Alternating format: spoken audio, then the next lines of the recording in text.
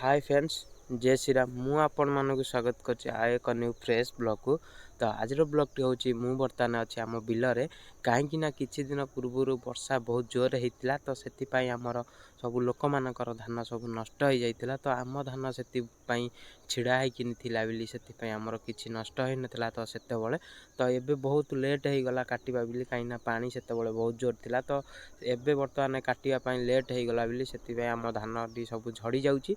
तो बर्तमान आसी 3 दिन है मुझे बिलटी सब काटी तो आउ जमा देखिपे आउ जमा एति ही धान अच्छी काटापी तो आज फाइनाली मुझे दुईटा लोक करना कहीं बिल जेहेतु मत भला बंधा आसी कहीं मुझे स्पीड एतरा बिल तो बांधि पारि ना तो से मुझे 2 जन लोक ठीक करने 2 जन बांधुंट आउ बर्तमान यहीटा को बर्तमान काटि कहीं काटिकी सरेले से बांधे तो बर्तमान आउरी सेपटे जो हला सब कटाई जाइटा को से बांधुंट तो फाइनाली से मुझे आसी आम बिल को तो आउ बर्तमान डेरी जमार भी नक फटाफट बिल को जीवा तो बर्तमान से 2 जन से बांधुंट तो बर्तमान मुझे यही धान टी आम काटा तो यहाँ हूँ मो दा तो ये मुझे काटि तो फाइनाल आउ सांग मैंने बर्तमान आमर शेष धान जो बिल रे कटा होता तो सहीटा धान कटा सरी जाइए तो लोक मैंने घास काटुंट तो एपटे मईँची सब चरुंच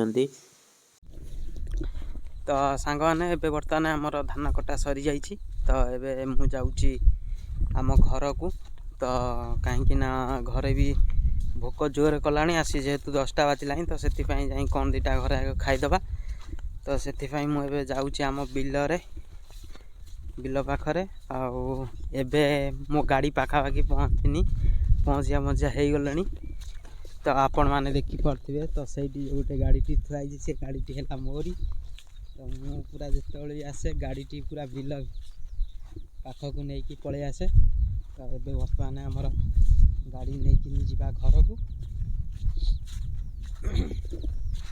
तो सांग मैंने बर्तमान मु आसी गाधे खावाई तो बर्तमान मु गाधे खाई पूरा रेस्ट करी पूरा रेडी हो सारी तो ये बर्तमान जीवा आम बिल को पुणी आउ थे कहीं से सब धान जो बंधा होता से आउ पंझा हम तो से आम बर्तमान आउ थे बिल को जीवा आउ से जाऊँ तार ट्यूशन पढ़ाई ये बर्तमान आम गाड़ी टी नहीं जीवु। हेलो गाइस नमस्कार दर्शक बंधु तो सांग ने मु बर्तमान आसी एबे आम बिल रे पहुँची तो बिल पाखरे पहुँची तो बर्तमान एबे आमर धान जो सकाळे बंधा होउतिला तो से बर्तमान एबे पंझा हम तो यहीटा देखु यहीटा हूँ आमर बिल आउ ये मो सान भाई सेपटे बोईकी आणुची तो मो बड़ा बापा तापरे ताकू पंझौचंती आउ ये भी मो बड़ा बापा हेबे तो से माने ताकू आनिकिनी पंझौचंती तो यहीटा हूँ आमर बिल तो ये सबू पंझेकिनी तापर आम घर को जीवु तो बर्तमान आपण मैंने देखिपे ये जो देखा जाउची गोटे मेसीन सेटा हूँ डीजी आउ से जो दाढ़े दाढ़े सब नई जाइए मु बिलटा यहाँ आमर पंझा कम सरी जापर मुझे नई पाख को केते आमर नष्ट हो जाइए धान ये सब पड़ी बहुत जगह सब धान सब नष्ट हो जाइए लोक आमर तो ये नष्ट होती तो बाकी लोकंर भी धान पानी एत जोर हो जाइए पानी बहुत मात्रा होकिनी से बिल रे आउ थे पुणी गजा होकिनी पुणी आउ थे धान गछ उठिला तो से लोकंर बहुत बेसी किसी क्षति होती तो ये बर्तमान मुझे आम बिल पाखे ठिया कहूली कि आपण मानक आमर नई पाखे पाखे जो रास्ताटा अच्छी सहीटा देखापी तो बर्तमान मुझे आसिकी से पहुँची तो यहाँ देखुए यहाँ हूँ बिल सब आईटा हूँ से रास्ता आउ ये हूँ से नई तो यहाँ को गोबरी नई बोली कहती सांग मैंने बर्तमान मुझे पहुँची से नईर रास्ता उपरे तो देखिपे जो पक्षी सब बसी से कड़े तो से माने सब खरा खाऊले तो ये बर्तमान मुझे से रास्त आग को आउरी जाऊँगी तो मु भाविली कि जीवा देखा कौन सब देखा मिलूँ तो बर्तमान मुझे आउरी आग को जाऊँगी तो आग को जीवा भितर तो गोटे बिल रे किसी बग बसिकी ତ ପୋକ ଧାନ ସବୁ ଖାଉଛନ୍ତି, ଆପଣମାନେ ଦେଖିଥିବେ ତାଙ୍କ ଖାଦ୍ୟ ସେମାନେ ସବୁ ସଂଗ୍ରହ କରୁଛନ୍ତି।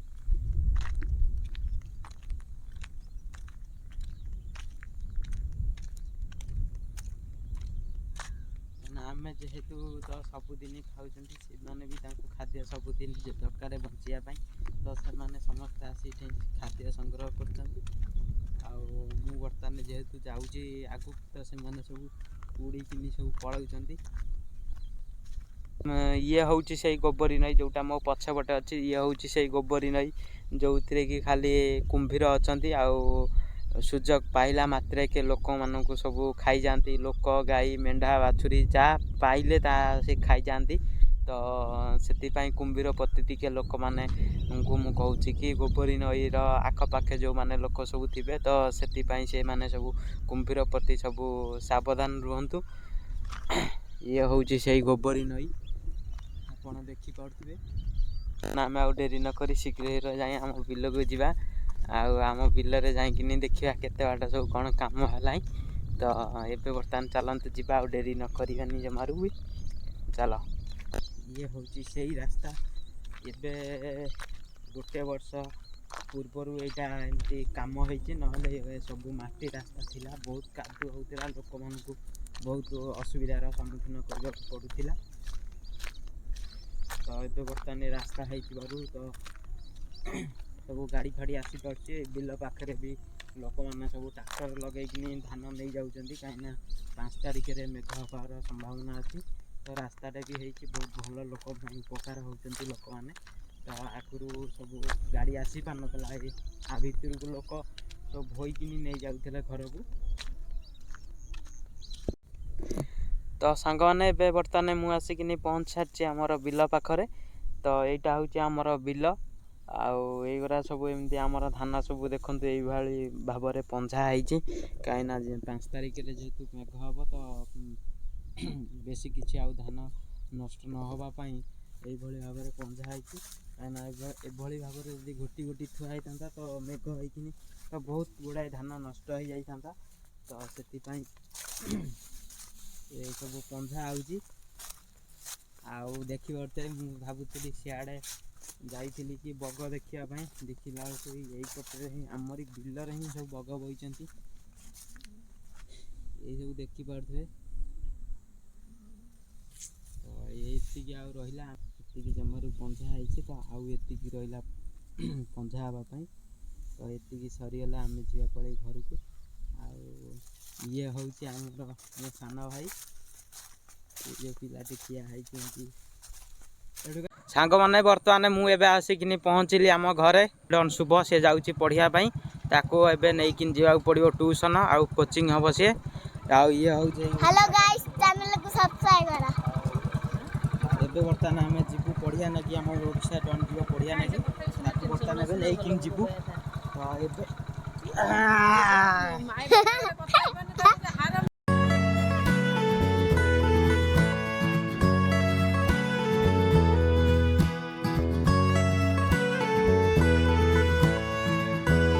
ସାଙ୍ଗମାନେ ଏବେ ବର୍ତ୍ତମାନ ମୁଁ ଓଡ଼ିଶା ଡନ୍ ଶୁଭ ଯେଉଁଠି କୋଚିଂ ହେଉଛି, ତ ସେଇଠାରେ ଏବେ ଆସି ଆମେ ପହଞ୍ଚିଲୁ। ତ ସିଏ ବର୍ତ୍ତମାନ ଏବେ କୋଚିଂ ହେବାକୁ ଯିବ ବା ଟ୍ୟୁସନ୍ ହେବାକୁ ଯିବ, ଆସିବ ରାତି 8ଟା ବେଳେ। ହାଇ ଗାଇସ୍, ମୁଁ ଚାଲିଲି ଟ୍ୟୁସନ୍, ବାଏ ବାଏ।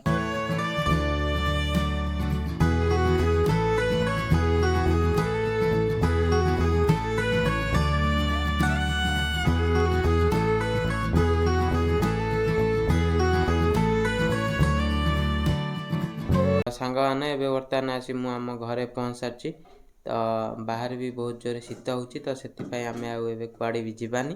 ତ ଯଦି ଆପଣମାନଙ୍କୁ ଭିଡ଼ିଓଟି ଭଲ ଲାଗିଥିବ, ତ ଚ୍ୟାନେଲକୁ ଟିକେ ସବସ୍କ୍ରାଇବ୍, ଭିଡ଼ିଓକୁ ଲାଇକ୍ କରିଦେବେ।